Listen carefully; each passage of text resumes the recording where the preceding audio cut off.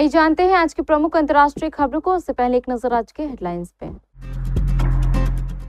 Delegation पर दंगल, पाक को बेनकाब करने वाली टीम में शशि थरूर का नाम।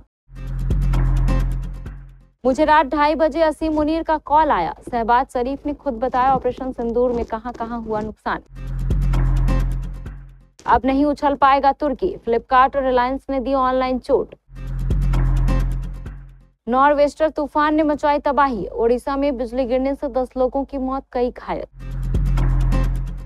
पार्षदों के इस्तीफे पर आपकी पहली प्रतिक्रिया, कहा बीजेपी हर पार्षद को 5 करोड़।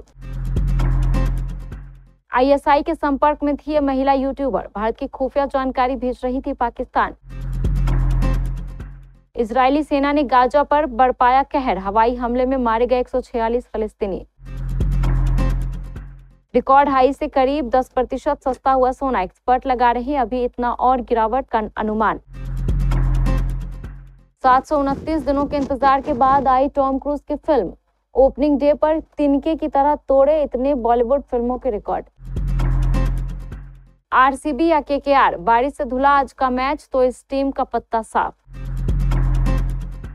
दुनिया सिर्फ गोली की नहीं, कूटनीति की भाषा भी सुनती है। पहलगाम आतंकी हमले के बाद ऑपरेशन सिंदूर के तहत पाकिस्तान की सेना को ऐसी चोट दी जा चुकी है जिसे सुनकर उसकी आने वाली कई नस्लों की भी रूह कांप जाएगी। लेकिन बात अब आगे बढ़ चुकी है। भारत ने ठान लिया है कि पाकिस्तान के झूठ और आतंक की फैक्ट्री का दरवाजा दुनिया के मंचों पर खोला जाएगा। इसी के तहत ऑपरेशन डिप्लोमेटिक वॉर शुरू हो चुका है। इस मिशन की कमान उन 7 सांसदों के हाथों में थमाई गई है जो दुनिया को बताएंगे कि कैसे पाकिस्तान आतंकवाद का सबसे बड़ा गढ़ है और आतंकवाद पर शहबाज की सरकार कैसे दुनिया की आंखों में धूल झोंक रही है और कैसे सीमा पार आतंकवाद ने भारत के अमन चैन को लूटा है। इसमें कोई शक नहीं कि जिन 7 सांसदों के हाथ में 7 डेलीगेशन की कमान है वो अपने मिशन में जरूर कामयाब होंगे।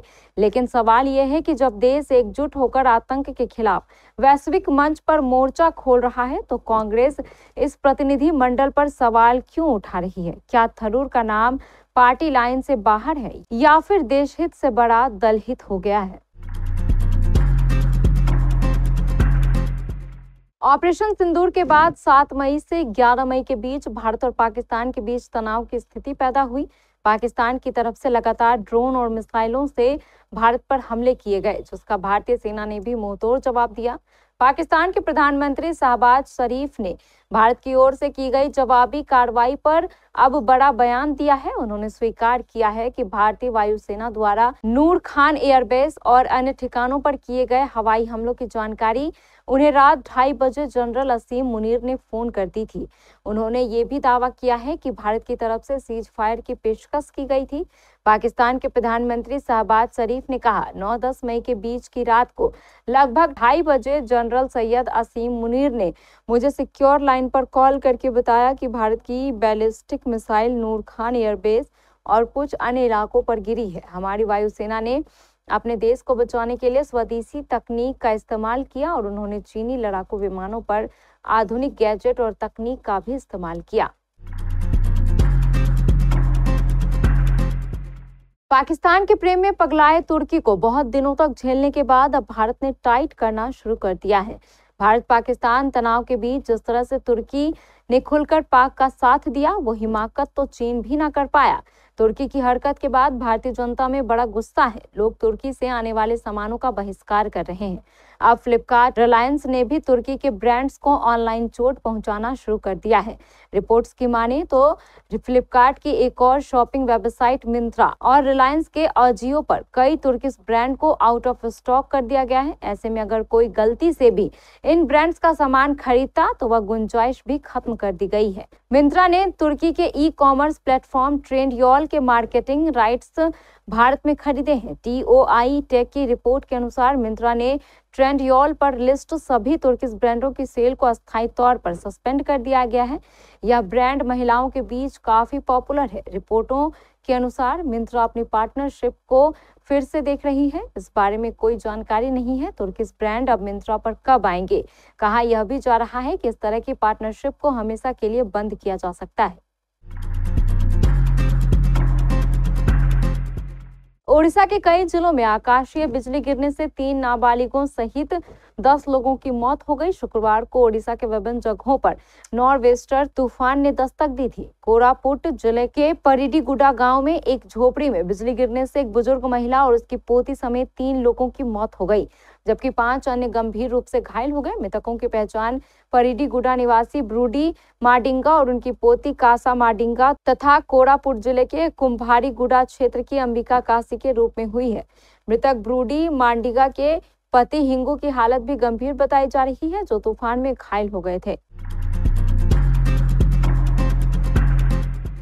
दिल्ली में आम आदमी पार्टी में बड़ी बगावत देखने को मिली है। पार्टी के फैसले से नाराज होकर आपके 15 पार्षदों ने आपकी प्राथमिक सदस्यता से इस्तीफा दे दिया है। साथ ही अपनी नई पार्टी बनाने का भी ऐलान कर दिया है। वहीं इन पार्षदों की बगावत पर आम आदमी पार्टी की पहली प्रतिक्रिया सामने आई है। आम आदमी पार्टी ने कहा, मेयर चुनाव के समय से ही बीजेपी हमारे पार्षदों को अपने पाले में करने की कोशिश कर रही है। प्रत्येक पार्षद को 5 करोड़ रुपए की पेशकश की गई। बीजेपी के पास अस्थायी समिति या वार्ड समिति बनाने के लिए बहुमत नहीं है, इसलिए वह लोगों को खरीदने का सहारा ले रही है। पाकिस्तान को भारत की खुफिया जानकारी भेजने के आरोप में पुलिस ने एक महिला यूट्यूबर को हरियाणा के हिसार से गिरफ्तार किया है। इस महिला यूट्यूबर का नाम ज्योति रानी है। ज्योति रानी पर आरोप है कि वह पाकिस्तान को भारत की गोपनीय सैन्य जानकारियां भेजने का काम कर रही थी और ये पाकिस्तान इंटेलिजेंस एजेंसी ISI के संपर्क में थी। बता दें कि महिला यूट्यूबर ज्योति रानी साल 2023 में अपने यूट्यूब चैनल ट्रैवल विद जो के शूट के सिलसिले में पाकिस्तान गई थी, जहां उसकी मुलाकात पाकिस्तान एम्बेसी के एक अधिकारी से हुई। इसी अधिकारी ने ज्योति रानी को पाकिस्तान की ISI के अधिकारियों से मिलवाया, जिसके बाद वह लगातार भारत विरोधी जानकारियां पाकिस्तान को भेज रही थी। YouTuber Jyoti Rani YouTube channel travel with जो पर 3,77,000 सब्सक्राइबर हैं। वे अक्सर देश के बाहर अपने वीडियो ब्लॉग्स के लिए जाते रहती हैं, लेकिन जब ये पाकिस्तान गई तो इसने ISI से ही संपर्क बना लिए और उनके अधिकारियों को भारत की खुफिया जानकारी देने का काम करने लगी। यूट्यूबर ज्योति रानी जब पाकिस्तान गई थी, उस वक्त का वीडियो उसने अपने यूट्यूब चैनल पर भी अपलोड किया है।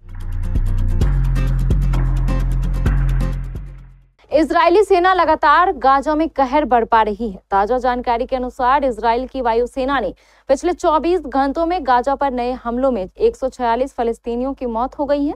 बताया जा रहा है कि इस हमले में कई लोगों को घायल भी हुए हैं। दरअसल गुरुवार को इजराइल ने गाजा पर हवाई हमले किए। माना जा रहा है कि मार्च में युद्ध विराम टूटने के बाद से बमबारी का सबसे घातक चरण रहा। इजराइल की सेना ने गाजा पर ये हमले ऐसे समय पर किए हैं जब अमेरिकी राष्ट्रपति डोनाल्ड ट्रंप ने शुक्रवार को मध्य पूर्व का अपना दौरा समाप्त कर दिया। उत्तरी गाजा स्थित इंडोनेशियाई अस्पताल के निदेशक मारवान अल सुल्तान के अनुसार गुरुवार आधी रात तक 56 लोगों की जान इजरायली हवाई हमले में चली गई। वहीं दावा किया जा रहा है कि इजरायली हमले के कारण मलबे में बड़ी संख्या में लोग दबे हैं। उन्होंने बताया कि हॉस्पिटल के अंदर की स्थिति भी भयावह है। सोने की कीमत में गिरावट का सिलसिला जारी है। भारतीय बाजार में सोना अपने रिकॉर्ड हाई 1 लाख रुपए प्रति 10 ग्राम से गिरकर 92,000 रुपए पर पहुंच गया है। ग्लोबल मार्केट में भी सोना लुढ़का है। अप्रैल में सोना $3,500 प्रति औंस पहुंचा था। हालांकि अब यह लुढ़क कर $3,140 प्रति औंस पर पहुंच गया। ग्लोबल ट्रेड वॉर कम होने और सुरक्षित संपत्तियों की मांग में कमी आने से सोने में यह गिरावट आई है। हालांकि मार्केट एक्सपर्ट का कहना है कि सोने में अभी और गिरावट आएगी। इस साल सोने में निवेशकों को 2024 और 2025 में अब तक जैसा रिटर्न मिला है वो आगे मिलने की उम्मीद नहीं है। हाँ, लंबी अवधि में सोना एक बेहतर निवेश माध्यम बना रहेगा। टॉम क्रूज की famous film series mission impossible का 7वां part mission impossible dead reckoning part 1 12 जुलाई 2023 को इंडिया में रिलीज हुई थी। इस फिल्म ने कोरोना महामारी के बाद मुश्किलों से जूझ रहे इंडियन थिएटर्स के लिए संजीवनी का काम किया था और करीब 120 करोड़ रुपए की कमाई की थी। अब इस फिल्म का दूसरा और फ्रेंचाइजी का 8वां और आखिरी पार्ट आज यानी 17 मई को 729 दिनों के बाद इंडिया में रिलीज हो चुका है। Mission impossible the final reckoning को फिल्म के मेकर्स ने इंडिया में अमेरिका से 6 दिन पहले ही रिलीज कर दिया है। इस फिल्म को अमेरिका में 23 मई को रिलीज किया जाएगा। जाहिर है फिल्म के मेकर्स को इंडियन बॉक्स ऑफिस पर भरोसा है और ओपनिंग डे पर यह भरोसा सच साबित होता भी दिख रहा है।